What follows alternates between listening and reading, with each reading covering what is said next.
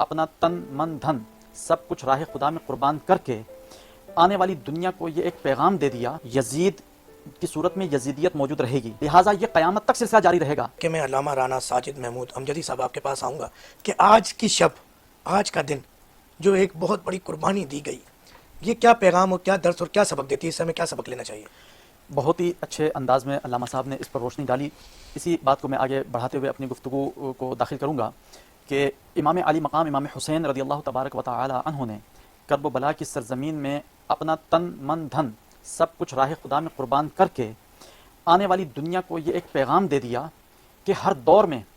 یزید کی صورت میں یزیدیت موجود رہے گی، ہر دور میں اہل حق بھی موجود رہیں گے، لیکن جب کبھی کوئی ایسا مارکا پیش آ جائے یا جب کبھی ایسی سچویشن یا صورتحال پیش آ جائے کہ جس میں آپ کو یہ لگے کہ ایک طرف دنیا دار لوگ ہیں، اہل ثروت ہیں، مال و دولت والے، طاقت والے ہیں، اور دوسری طرف اہل اللہ ہیں یا اہل حق والے ہیں، تو اس وقت امام علی مقام امام حسین کے کردار کو یاد کر لینا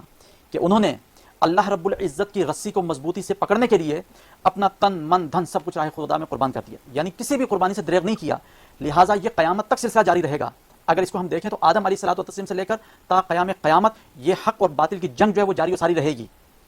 آدم علیہ الصلوۃ والتسلیم کے دور میں ایک طرف آدم علیہ السلام تھے، دوسری طرف ابلیس لعین تھا۔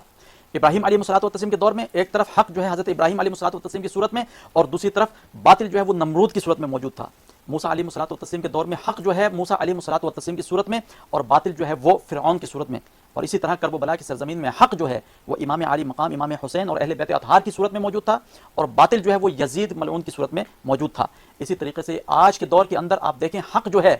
وہ فلسطین کے ساتھ ہے، حق جو ہے وہ مسلمانوں کے ساتھ ہے، حق جو ہے جو نہتے مسلمانوں کے اوپر کفار جو ہے میزائل کی برسات کر رہے ہیں، جو ظلم و ستم کے پہاڑ ڈھا رہے ہیں، حق جو ہے وہ ان لوگوں کے ساتھ ہے جن کے اوپر میزائل برسائے جا رہے ہیں، اور جو باطل کی قوتیں ہیں وہ یہود و حنود ہیں کہ باطل کی قوت ظلم کرنے کے باوجود اپنے آپ کو مظلوم ثابت کرنے کی ناکام کوشش کر رہا ہے۔ وہ کہہ رہا ہے کہ ہم معاذ اللہ گویا کہ مظلوم ہیں،